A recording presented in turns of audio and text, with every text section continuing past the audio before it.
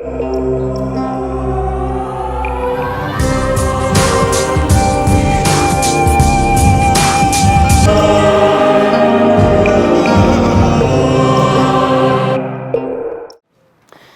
now we go back to our lecture. So as I mentioned, the bridge, okay, it's not possible to happen if you draw the bridge in parallel to 111 direction. 110 direction. It's not going to happen because of the reason I just mentioned here. Yeah, I put this into the exam a couple years ago, but nobody can answer. But the reason is very simple actually. Okay, when you understand the mechanism. Okay, so you need to have an overlap of two structures, the final structure. Otherwise, the underneath the material cannot be taken away. That's the reason. Okay, so this is for 100 wafer, and then the bottom one is more complex. For 110 wafer, for 110 wafer.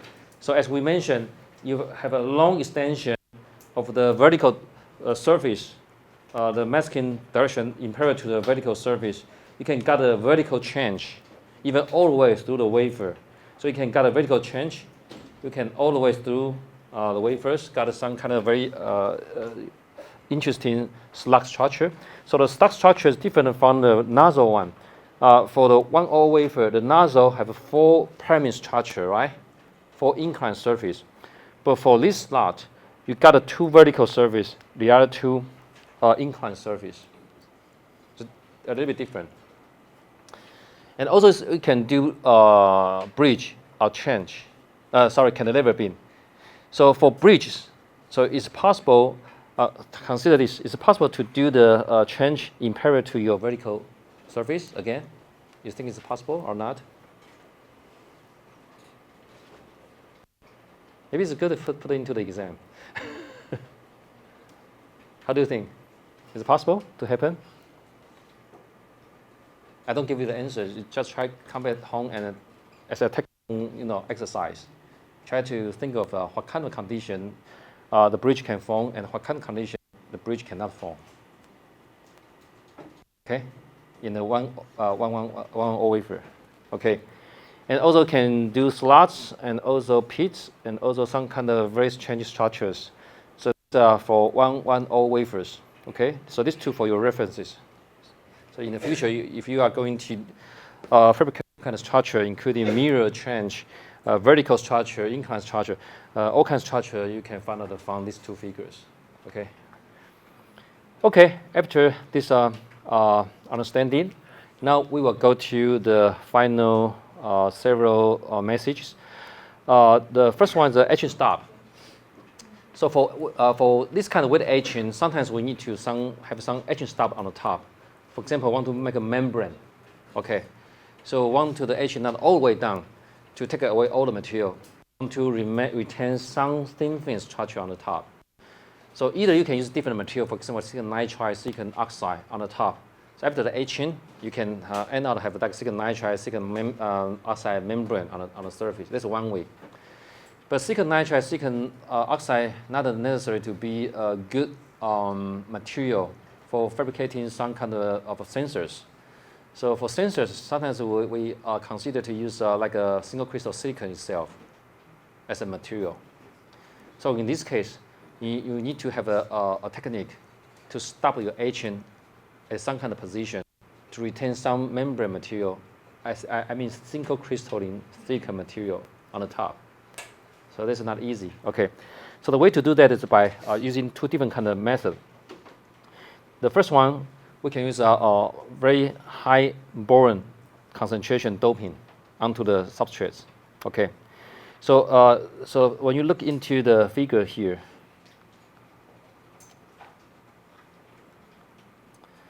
so this figure show you the etching, the relative etching rate.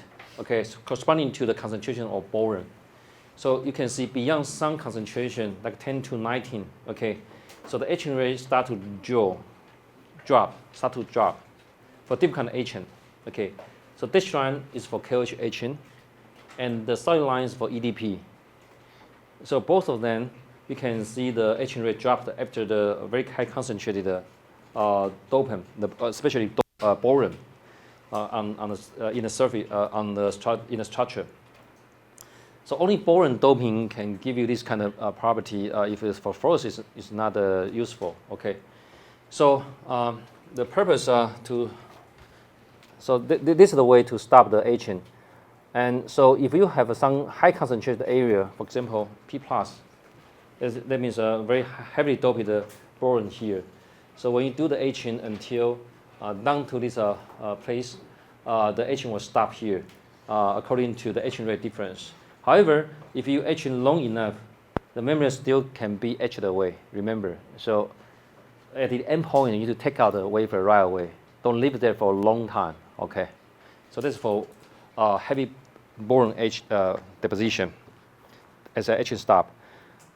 So the good thing is for this kind of etching stop, you can fabricate very thick, quite thick membrane. For example, like a micron size membrane. But the bad thing is you need a high concentration of the doping. So the dopant, if you have too much dopant put inside the membrane will form like a compressive stress. That means too many things are clouded inside a small area.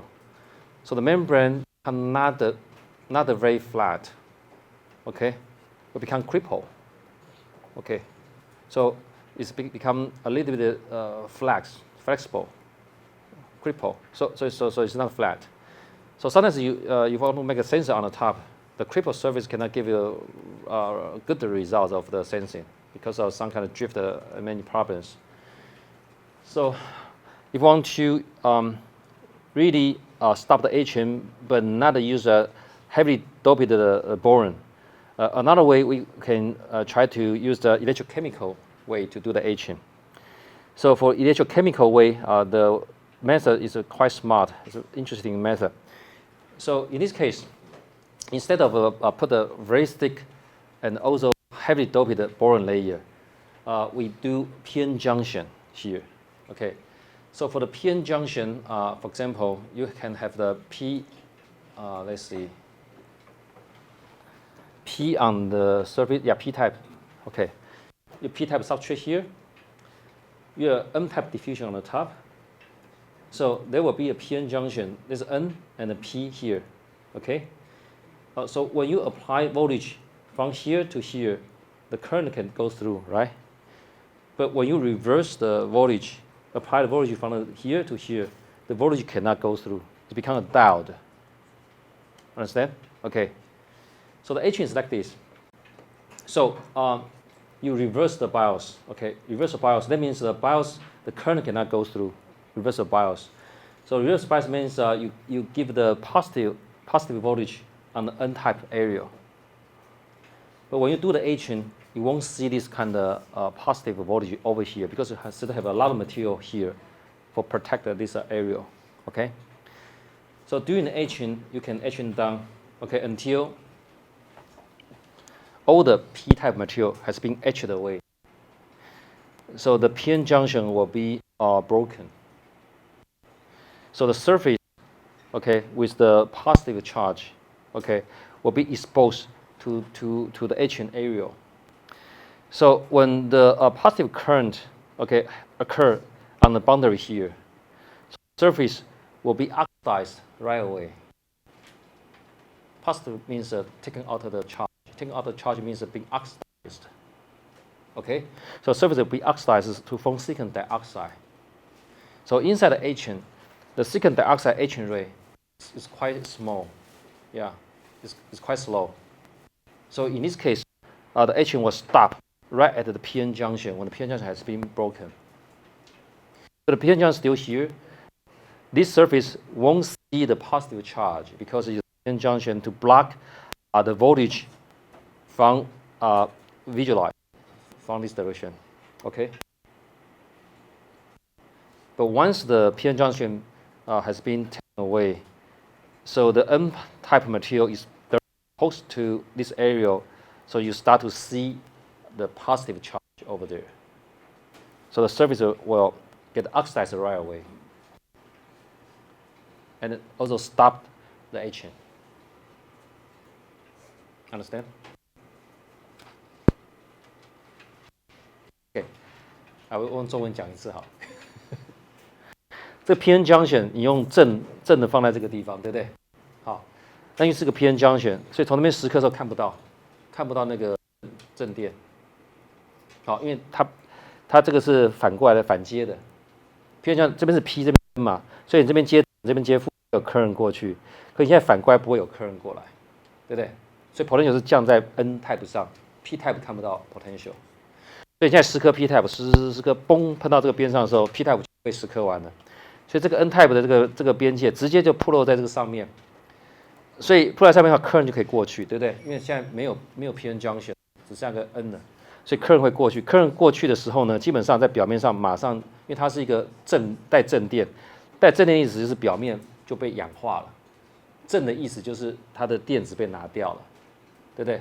电子被拿掉就是被氧化了，所以表面被氧化呢 ，silicon 呢就变成 silicon dioxide。所以它10颗就这边终止，所以一旦 P 一破坏，它表面就开始被氧化，氧化以后 silicon dioxide 一形成的时候，10颗就终止，所以它会停在 PN junction 被破坏的那个界面上，这样了解？太快了吧？好，所以你就记得这个 N type 的材料呢，开始是被保护住的，所以它上面的这个给它的 potential 基本上是不会有电流进来的，所以它表面这个地方不会被氧，但是一旦你的保护层就这个 silicon 的化这个 silicon 的这个 P type 这一层全部被吃掉以后呢，直接露出这个 N type， 那露出来的话，你是给它一个正电，所以表面就被氧化了，所以它只要一露出来就被氧化，它一氧化的话呢就保护住了，就这样子。所以你最后的厚度就是你的这个 N type 这个东西的这个 PN junction。加上偏向这个厚度，差不多是这样的厚度。嘿 ，N type 不是本来就带正电吗？没有，它是带负的。对，所以这是个反接的做法。所以你有 PN junction 的话 ，N 是带负，这边是带正，所以通常也是在 P type 这边给正电的话，电流才过得去，这边才形成一个环路。现在是反接，等于是把一个 diode 的反接。反接的话，等于是这边这个 junction 就会让你没有有电流过去。因为它是反接的，对，一直到这个被破坏掉以后，它才开始被氧化，这样子，有点难懂。Yes, question. The small thickness layer is Si. It will be silicon only. Silicon, or silicon, because we want to retain the silicon single crystal silicon membrane. If you want to use different materials, okay, it's easier. Just deposit silicon nitride, silicon oxide. You don't need to do doping. Any other agent, you retain the material automatically. However, you want to retain the material, not other material. You want to retain some thin layer of silicon itself, single crystal silicon itself. You need to do some doping to protect them from the agent. Okay? So we call it Etch Stop, to stop somewhere, to retain the membrane you want. Yeah. This stops because of the depletion layer, or after the depletion area has been broken, I mean the PN junction has been broken. So the positive potential will be exposed onto the surface, and the current will go through. The current goes through means you got to the surface got to be oxidized at the same time. If there's no current, you have only potential. The oxidation cannot happen, right? Because you need to have some current to take out the charge, then you get oxidized. If you only have a potential, no current going in and out, there won't any oxidation process happen. Okay.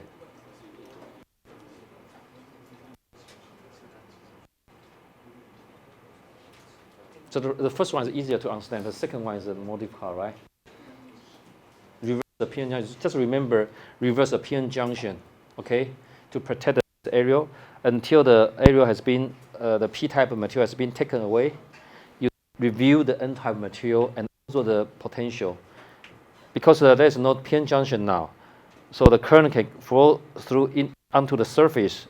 It's got charged with a positive charge and also oxidized. So you form silicon dioxide for surface protection. So that should stop. Okay. So in this case, you don't need to have a heavily doped N-type material over here. Lightly doped is okay. So you got a very flat surface with a tensile stress. Okay. So surface is flat.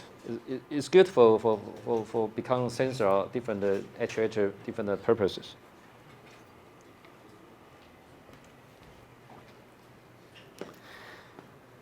Okay, so these are the two different types of etch stop method. One is by using the doping, the other one by using the electrochemical etching.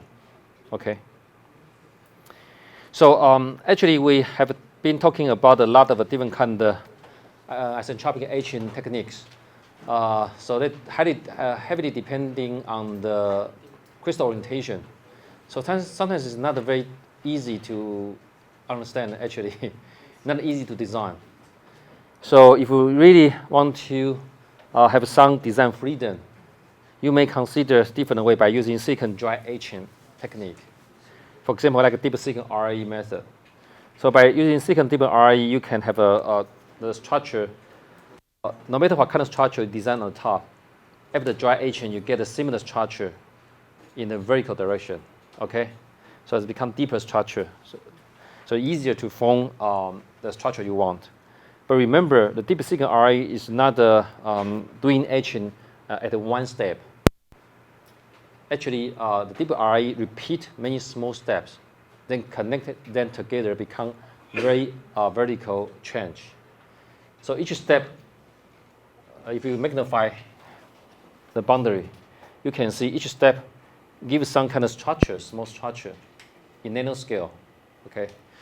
So the step is around like a cup, 1 micron, 0. something to 1 micron.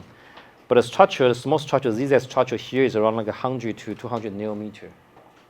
But depends on the process you use. You either can magnify this kind of structure or reduce the structure to make the surface smoother, depending on the process parameter you are using. Okay. Remember, deep RE is go step by step. So you go one etching process, then do protection, then do etching, then do protection.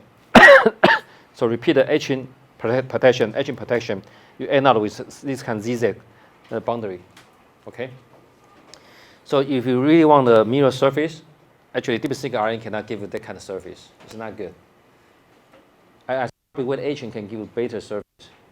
Okay, the surface roughness can be down to like tenths of a nanometer, even down to 10 nanometer if you have very good control.